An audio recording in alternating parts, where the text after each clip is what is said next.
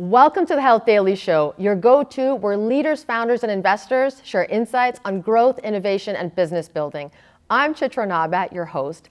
Joining us today, we're pleased to have Howie Mandel, gorgeous actor, comedian, TV host, and NOCD partner, and Stephen Smith, founder and CEO of NOCD. Gentlemen, welcome. Thank you so much for joining us. You should tell the audience that I requested the gorgeous, and you complied. That's so wonderful. Anything for the guest. Yes, thank you. Gorgeous. Tell us about NOCD, how it works. Sure. So NOCD, we provide virtual therapy for people who have obsessive compulsive disorder, OCD, and related conditions. And then inside the NOCD platform, people can do live face-to-face sessions with a licensed therapist that specializes in OCD. There's a specific treatment called exposure and response prevention therapy. And then between sessions, when that therapist isn't available, people can get always-on support from different peer communities, different self-help tools. And the whole premise is it's a chronic condition, right? So people have OCD oftentimes when their therapist isn't available. So we want to make sure that our treatment model fits how the condition functions for people when they're, spending time at home or at school or whatnot. But even more importantly, NOCD is an app, okay? And an app is available to absolutely everyone. And someone who got diagnosed in their I'm somebody with OCD who lived the nightmare of OCD. It really is. People use it as a vernacular. They go, I'm a little OCD-ish, that plant is not in the center. That's not OCD. OCD is a nightmare. And it really is a diagnosable issue that makes life very, very painful and very hard. And I joke about it, but it is a big issue. I got diagnosed in my 40s. It's hard to get diagnosed. Most people don't have access to somebody who is an expert in specifically OCD, because a lot of people who go to a therapist or somebody with depression or anxiety are misdiagnosed. 70% of the people that have OCD start with a first misdiagnosis, number one. Number two, when you are diagnosed, there are not a lot of people that are specifically OCD. You need somebody who's specifically an expert in OCD, and you need access to that. And that can be very expensive and hard to find. And if you're not in New York or LA or Toronto, where do I get this? Well, now you can get it everywhere on your phone. You download this app. You can, if you think you have a problem, you can get diagnosed through this app, and then specific therapy can be taken off of this app, and it's covered by a lot of insurances, so you can afford it. It's there for you, and it saves lives. That didn't exist. You're a lifesaver, Peter. He created it, right? Definitely. Yep. Our team has been all in it together. So we've been. It was you. Yeah. It was you. But we've. And let's get into this diagnosis part that you're talking about, because Howie, you're a global public figure. Take us into your journey. Gorgeous global public figure. Thank you. Take us into your journey, because to your point, the research shows that this is very undiagnosed. A lot of people are afraid to admit having mental health issues, much less OCD, even more taboo. So your journey to acknowledging. It was by accident. So the truth of the matter is, after 20 years of marriage and 3 kids, my wife gave me an ultimatum, because living with somebody with OCD can be really hard. I was, a lot of my triggers were germs and that. So besides washing my hands incessantly and missing things because of what was going on in my head, I was trying to make everybody live in a certain way so that I believed I might feel more comfortable. And that was like whether I was spraying them down with disinfectant or not allowing my children to touch things or go places and do things. Finally, my wife reached her breaking point and went, I can't do this anymore, Howie. You either go get help to figure out how you can live normally, or I'm out. And so I went to a psychiatrist. Luck would have it, and most people don't have this experience, and this is why NOCD is good.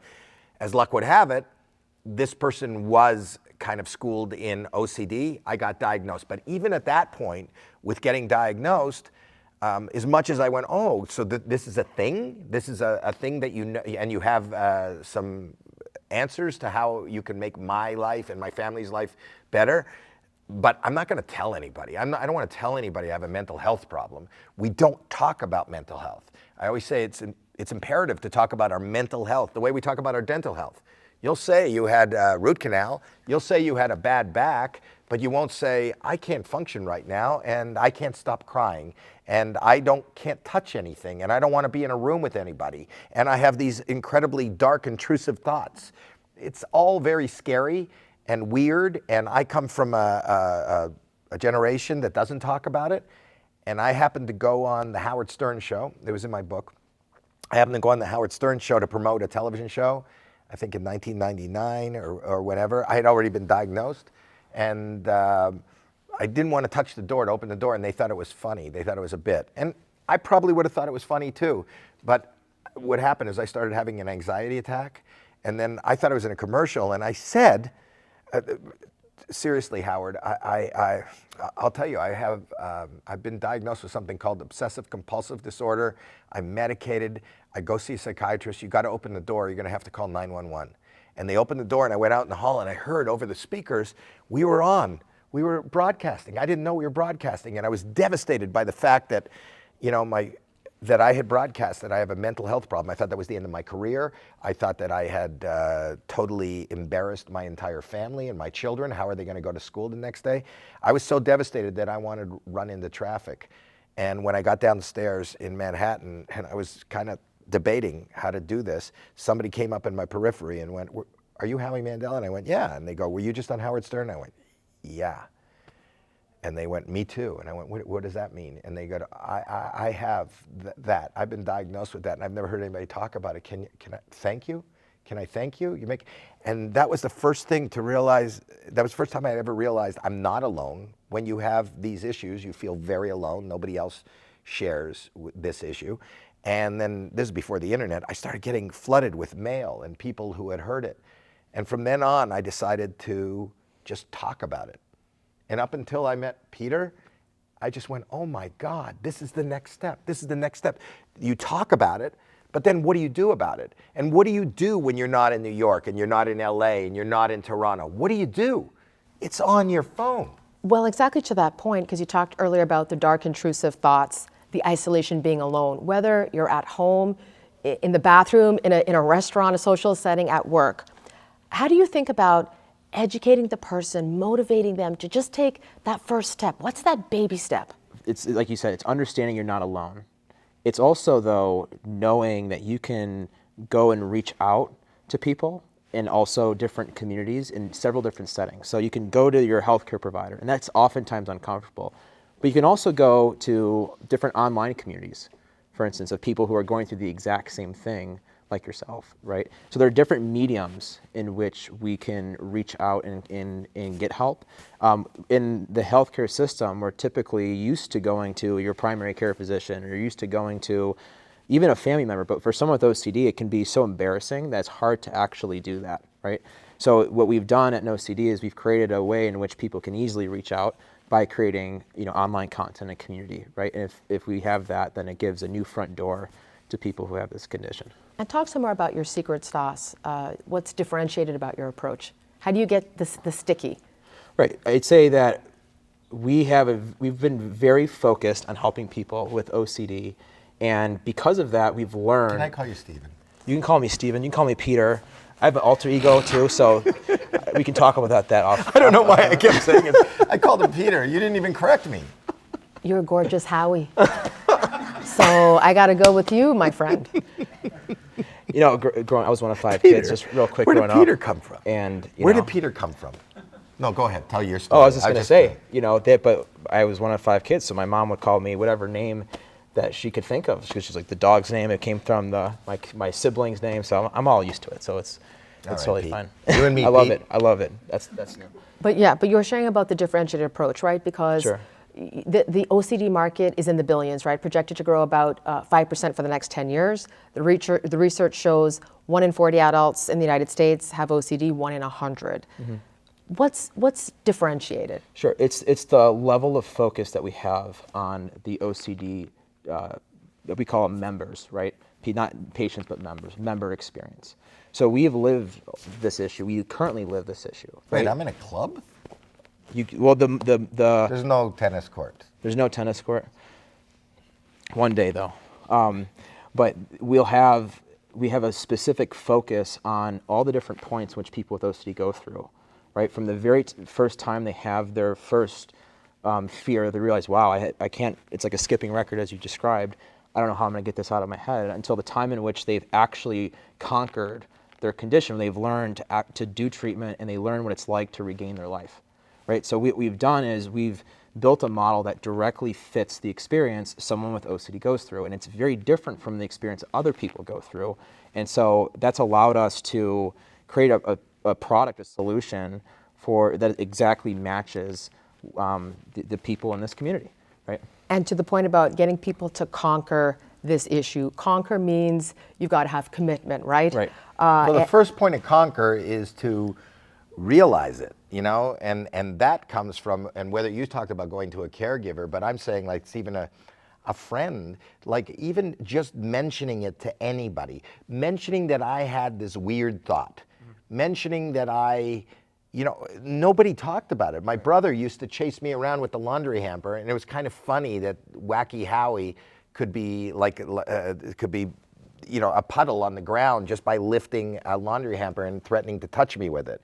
But that was just quirky Howie.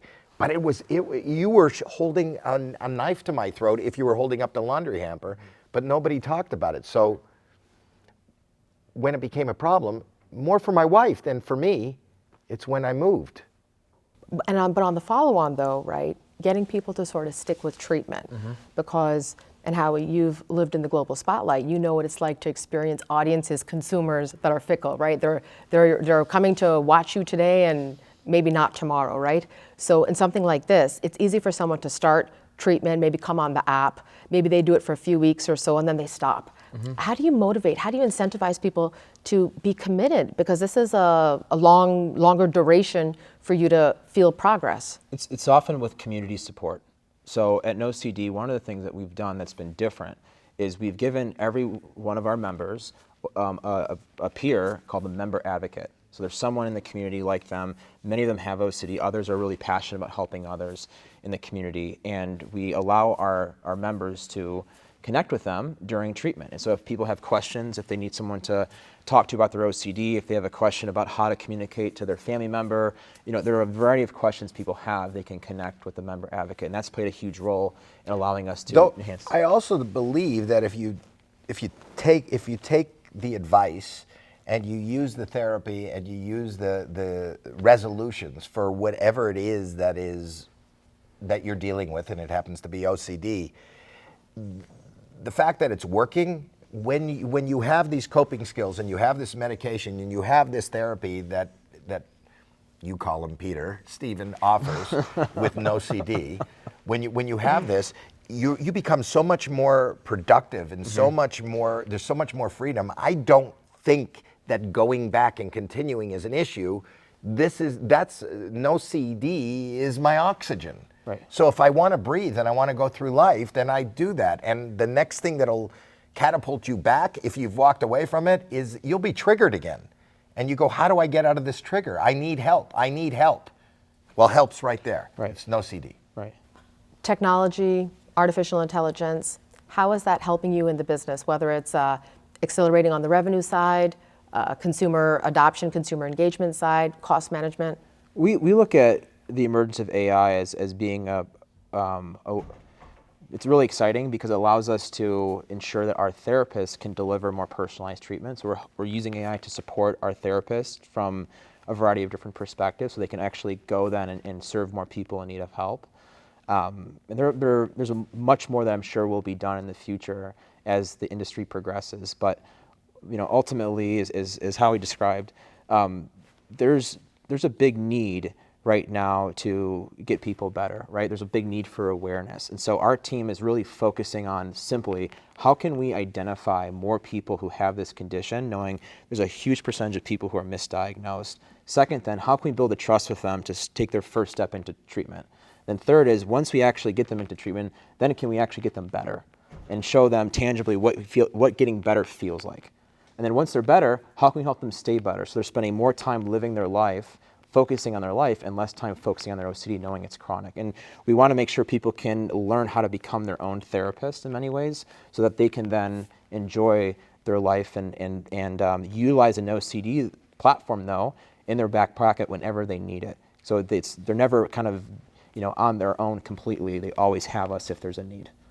We'd love to get both your perspectives on leadership. In life, there are rules, norms, codes on how things are done. Where have each of you in your career business life been a code breaker, doing it your way? Sure. How did you do it, Howie? I was not able to follow rules. I don't have a GED, so my little kind of meandering path has led me to places that, I'm kind of, as my perspective as a guy that's about to turn 68 is most people spend their entire life just hanging on to whatever their comfort zone is. And that's not a good thing. We need to move forward. And from this path of suffering and not knowing where to go to kind of embracing technology and things like NOCD, which give me access, give me information, give me my health.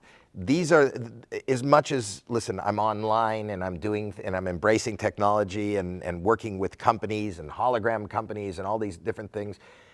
This is the best example of, I went from not talking about it to posting and downloading help.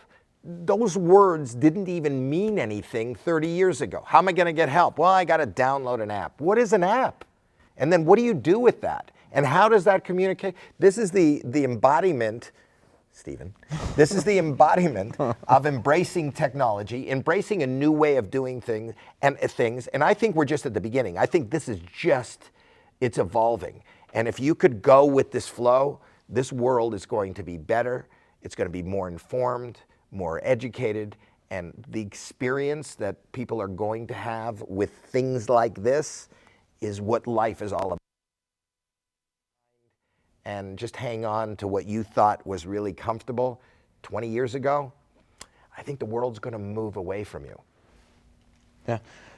I think that there's, and it's well said. I mean, it was good. It was very, very well said. I feel proud of it. A great spokesperson. I think the personal journey, a wonderful spokesperson. I should be. There's no question. You chose me. No, I was really good. It's true. Right? It's true. Everyone. I think that, and this goes for many people at NOCD too.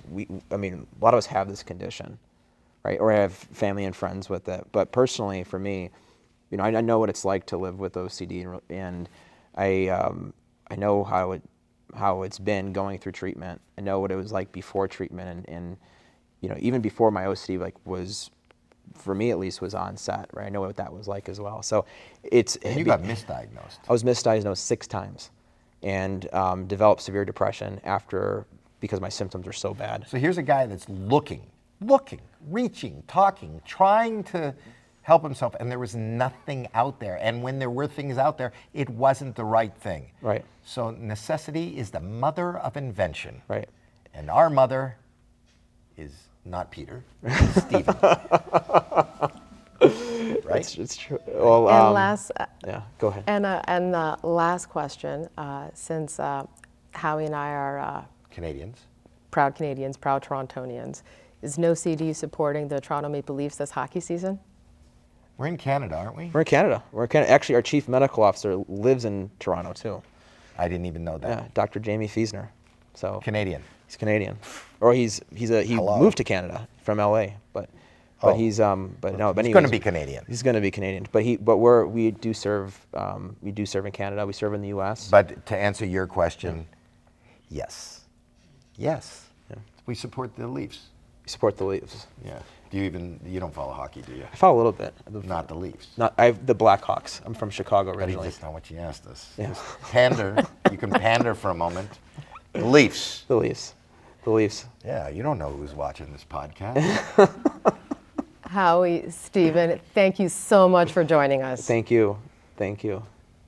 From one gorgeous person to another, you're welcome.